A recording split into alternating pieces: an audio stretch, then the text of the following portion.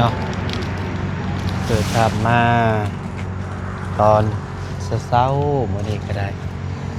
กำลังสิพากันลงใส่บาตรอย่างน้ำพี่น้องเนาะมื้อนี้ก็เป็นวันพระเพื่อวันศีลใหญ่ศีลดับศีลเพ่งบอกเด้อพี่น้องเอ้ยนี่ทางน้องบ่ใส่ก็บ่ได้ลงจักศีลว่าศีลหนึ่งบ่พวกขึ้นไปลองแจ้งก็เพื่อ10กว่ามื้อครึ่งเดือนพี่น้องเนาะศีลหนึ่ง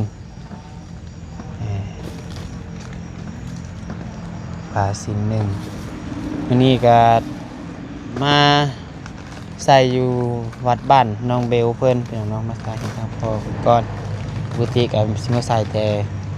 อยู่ทางบ้านน้องบ่ใส่พี่น้องเอ้ยเนาะ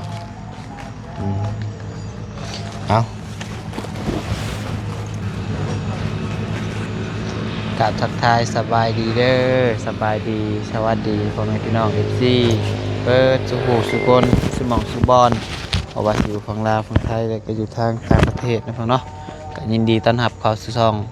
สายกกสายบุญอีกแล้วพี่น้องเอ้ยเดี๋ยวก็พบพอกันกำลังพัดไซตอนนี้พี่น้องเนาะเป็นเวลา7:30นพี่น้องเอ้ยตื่นโมงบ่ปลุกใครแต่ตื่นพี่น้องเนาะตื่นเสียงแซดเมื่อเช้านี้โอ้ยว่ะต่างโมง6:30นเพิ่นได้ยินเสียงแซดทางเบลเป็นแซดไป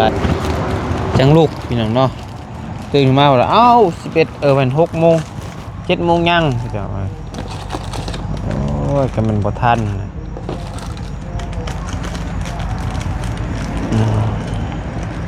ร้ายอยู่บ่เนี่ยครูเพิ่นใส่แล้วเพิ่นตั้งบาตรบ่จังซี่นะตั้งบาทประเทศแล้วเราก็ขึ้นไปใส่อยู่เทิงเลยกลัวทั้งเทิงมันสิเต็มเลยยังคนน่ะเอาเชี่ยวสาดไปเผื่อสาดทับก็มีกลัวอยู่บ้านน่ะทั้งเทิงวัดตัวอย่างใหญ่เป็นไดกันนั่งอยู่เถิงดาวก็นั่งอยู่เลย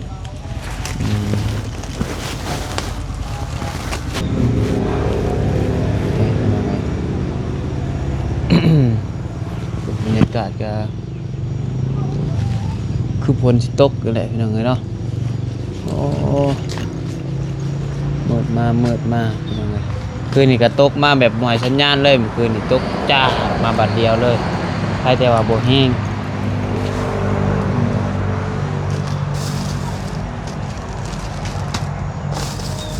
แจ้งไว้บ่ได้เตรียมบอกลืมข้าวแม่ก็ได้ตื่นจักโมงว่าซั่นตื่น6:30น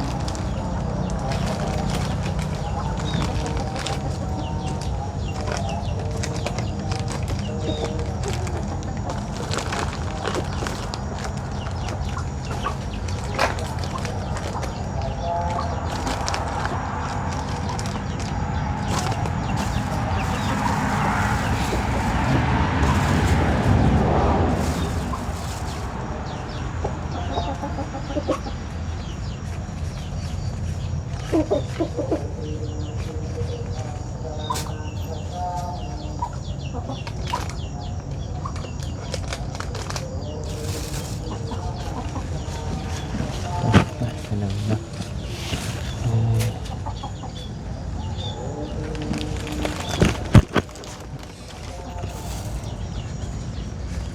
บ่ใส่หลายก็ได้วัดบ้านก่อย ใช่เบิดนั่นแหละหลายบ่หลายเบิดเรือจังมาคืนแก่ดอกปัดบ้านใดนะใครมันเหลือใครมันพอ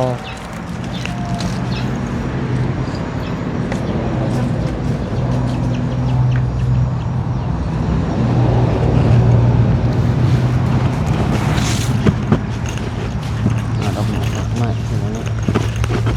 โอ้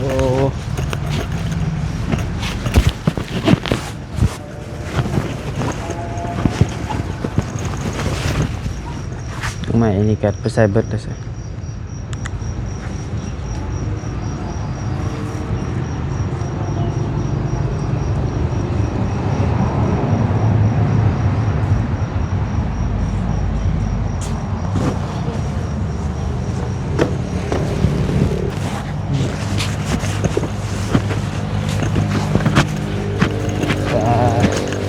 แม่นลงไปผู้ที่เพิ่นใส่เลยไปจัง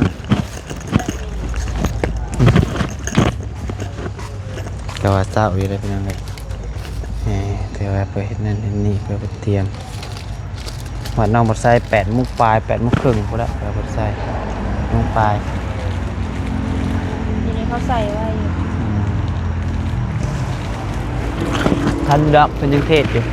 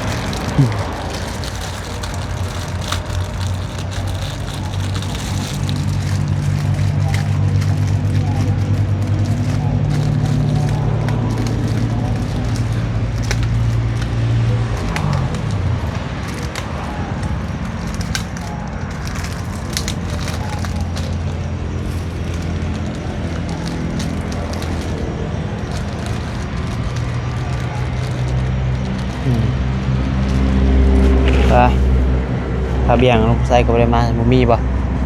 เจ้านะไม่ได้มาหรอ บ่เพราะมันบ่มีก็อย่าแล้วเปล่าก็อย่าแล้ว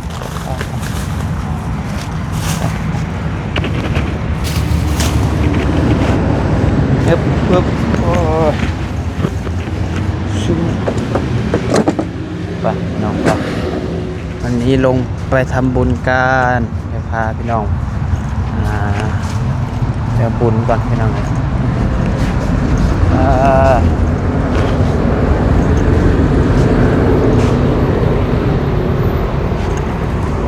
านก็ได้เนาะเปิดได้นี่พี่น้องเนาะแต่ว่า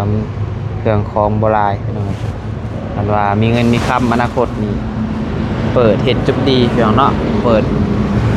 ร้านขายของจุดดีนี่กับเหมาะได้พี่น้องเนาะเหมาะแก่การขาย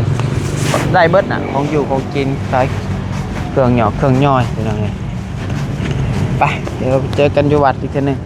ไปมาได้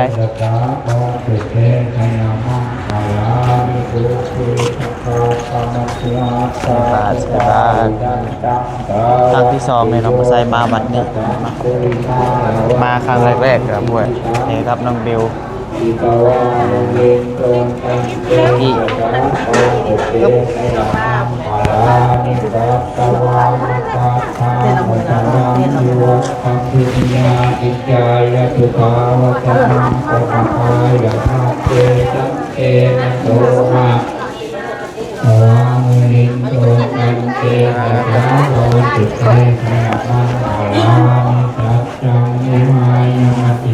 ขี่กระไมเกตุมมานาติโมติกังนังอาทิอังคโรตังปัญญาปฏิติกวามินโตตันเตสะคนปลายไปไหนเนาะปนันตาอุดทังวิทังนาหิติมุเตนะเตนะพุทธเตนะธรรมาปยันโตถ้าอยากใส่ก่อนใส่ได้เนาะลิมโพตันเตสะสาโมตุเตสยามังปาลานิสุปะหาทิฏฐิสุตเตนะสิปะทะสังโฆมังวิสติสุติมิถิปะกาปิทานังนานาอิตวามุลินโพสะสาโมตุเตสยามังปาลานิเอตาเตยามังปาลาอาทาคาตาโยวาจโนเตทารเตมตันไปใส่ก่อนใส่ก่อนข่าวพ่ออยู่วะไอ้วะอาจจะบ้างเฮ้ย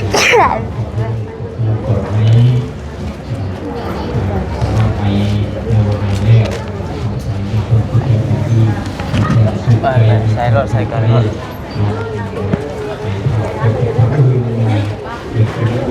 ศลเนาะ มาดามลงมาที่เศร้าดี ในช่วงนี้ ยังคาเฟ่บ้าน สกอต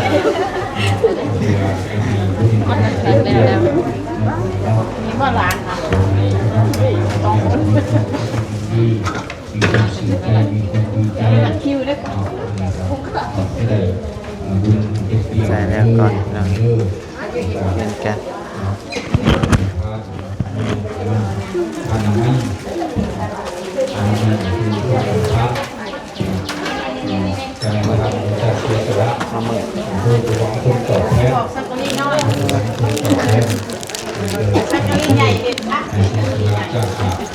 ากคิดจากใจ เจ้าของบ่เทิงเจ้ามันบ่เจ้าของบ่เทิง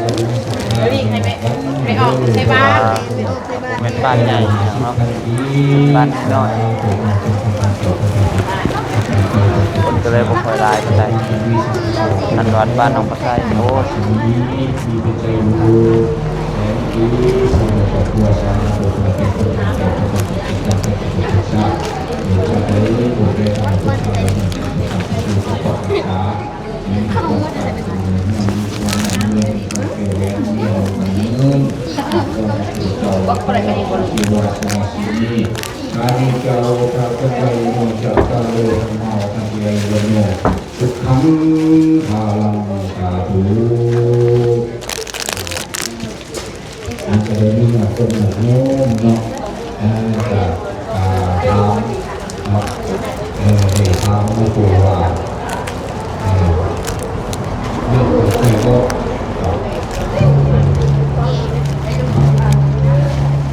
ตัวภาษาที่บ้านเด้อ 2 มีแบบจอยขาหน้าซอยขาหน้าของไอ้ผมว่ามีปัจจัยอยู่50,000ปีสาธุเป็นการแก่ตัวเป็นเด้อไม่ว่าทำอะไรกันในบ้านเนาะสาธุเป็นการแก่เป็นการที่ที่จะไปถูกทุกศาสตร์ยิ้มได้มาได้มา คือเป็นของชาอันนี้เป็นคนอยู่ดีเป็นสุขใจในปัญญาโลกาเด้อเป็นสิ่งที่เป็นสิ่งที่เป็นสิ่งที่นะต่อไปเรื่อยๆแล้วก็พระเจ้าอายุวันโนสุขังกาลังสาธุโอ้ยมวนเด้ต่อมากันมีศรัทธาออกมาทั้งโน้นต่อมาจะศรัทธาอยู่ในทุนก่อนคือมีน้องออกเองเนาะรัดคิวเลยใส่ทางผีไป มาหา คัก มีหนังแค่นะดูมีการเอาไปของตัวการถูกการถูกการเกี่ยวกับการถูกการถูกการโดยใช้โดยเป็น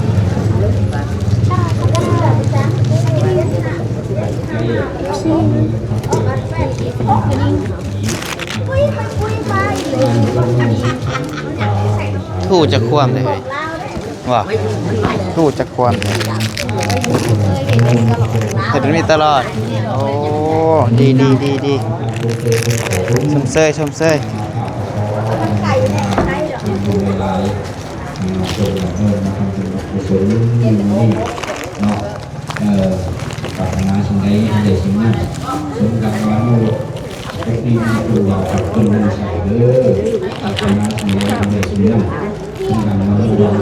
คือสังฆานุวัตต่อโลกลูกขายลูกปักวาเรียกร้านกำลังจัดเดี่ยวเดี่ยวเดี่ยวเดี๋ยวคนนี้เด้อเด็กพอเดี๋ยวต้องมาหาหน้า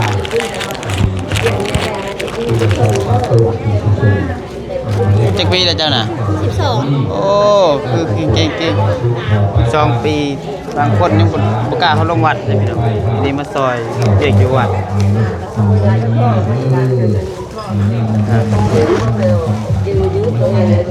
ยวพี่น้องเนาะทานบ่ให้แม่ไปเห็นบุญไปต่อมากับไม่ออกพัฒนาสภาพเอาเต่าเดิมมาทำบุญเลยมีปัจจัยอยู่มาชิพกีเยอะบ่10,000กีบไป50,000จ้ะชาติเจ้าพระไตรโมนตะเกียโยนพลังเจ็ดสิบปีผู้ใจ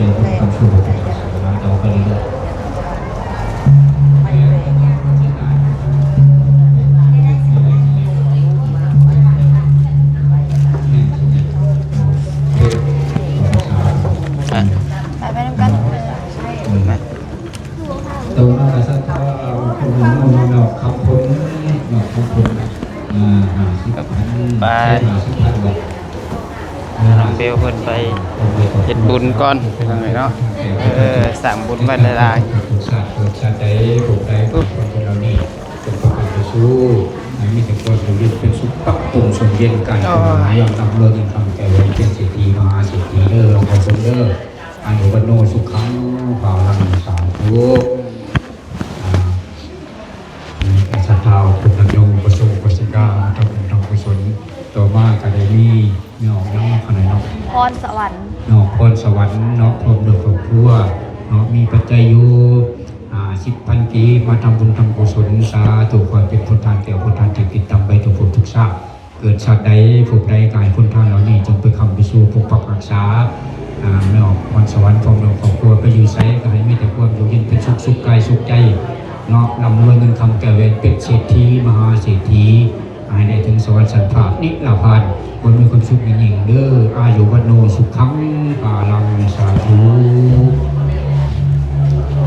อันนี้ครับศรัทธาเอาเป็นอย่างโน้กุศลปัจจิกามาทำบุญทำกุศล ๆเก็บใส่ไปเลย เติมบุญต่อบุญผักทานทานบุญสร้างบารมีครับอาตมาฝากขออินโมนำบุญนำกุศลมาได้วันเลยศรัทธาเป็นอย่างโน้เนาะมาเปิดมาเปิดเรื่องเลือกเปิดได้บอก เรียบร้อยเนาะ อยู่บ้านนี่อันน่ะใส่ไว้อยู่บ้านนี่ ไปใส่ไปแล้วไว้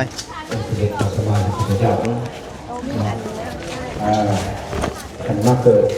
แล้วก็เลือกเขาได้แล้วมันพอเกิดแล้วก็เกิดแล้วนี่เดียวว่านั่งเดินนี่เขานั่งก็เกิดขนาดนี้นี่เหมือนเขามาเกิดเขาก็เลือกได้มันเกิดความดีนะเกิดความดีแล้วถามมาแสนถามตีเนี่ยแต่ความดีทำบุญตรงนี้ได้ก็จะได้ไปบนที่ดีได้ก็เลยโบราณบ้านเลยบ้านเลยเขาก็เก็บบ้านที่ว่าแม่ที่ว่า3 4 สาว มันบาท มีคาถานะเป็นพระพุทธเจ้าแล้วก็ได้ผ่านรุ่นมาและถูกราชาก็ได้ไม่ถูกเป็นพระพุทธเจ้าอย่างนี้ก็เลือกเกิดได้แต่คือว่าทำความดีแบบ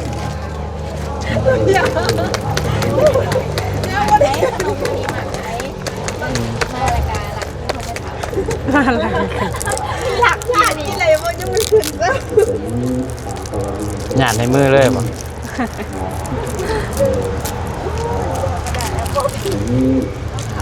ไอ้จ้ามันคือเด็กว้าวคำใหญ่คำใหญ่นะมีอยู่อันน้ำเปิดน้ำ น้ำ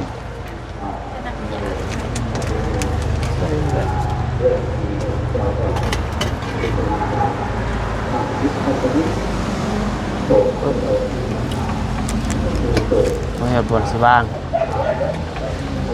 น้อยอึบน้ำ ไปพี่น้องหยาดน้ำก่อนหยาดน้ำนี่เป็นให้หยาดเองบ่ทางนี้ อยากเองก็ได้จะไหนก็ได้ โอ้ใหญ่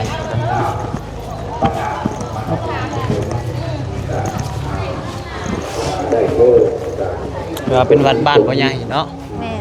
วัดบ้านน้อยเลยคนโบราณ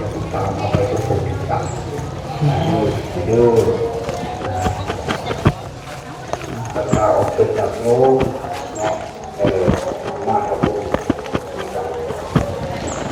จะมาฝากตัวก่อนกันต่ำกว่าประเทศเลยนี่ เอ้ย คนเดียว จับข่อยนี่ก็ได้ คนเดียวที่เรียกว่าอาจารย์น้องมากเก่าพัฒวัยทาน เดี๋ยวดังก็มี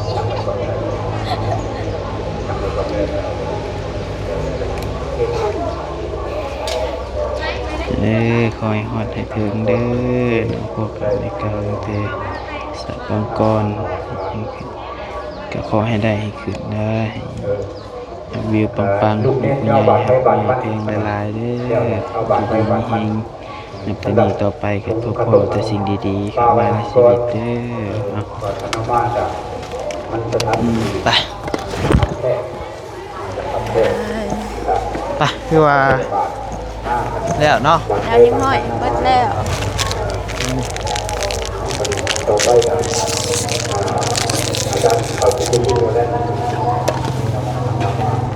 ให้เพิ่น